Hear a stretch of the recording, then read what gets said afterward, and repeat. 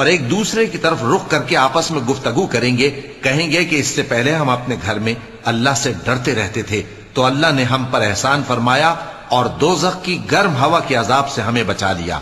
اس سے پہلے ہم اسے پکارا کرتے تھے، بے شک وہ احسان کرنے والا ہے، مہربان ہے۔ تو اے پیغمبر تم نصیحت کرتے رہو، تم اپنے پروردگار کے فضل سے نہ تو کاہن ہو اور نہ دیوانے۔ کیا کافر یہ کہتے ہیں کہ یہ شاعر ہے اور ہم اس کے لیے زمانے کی گردش کا انتظار کر رہے ہیں؟ کہہ دو کہ انتظار کیے جاؤ، میں بھی تمہارے ساتھ انتظار کرتا ہوں۔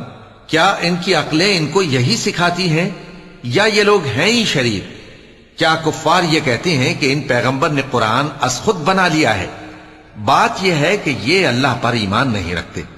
اگر یہ سچے ہیں تو یہ بھی ایسا کلام بنا لائیں۔ کیا یہ کسی کے پیدا کیے بغیر ہی پیدا ہو گئے ہیں یا یہ اپنے آپ کو خود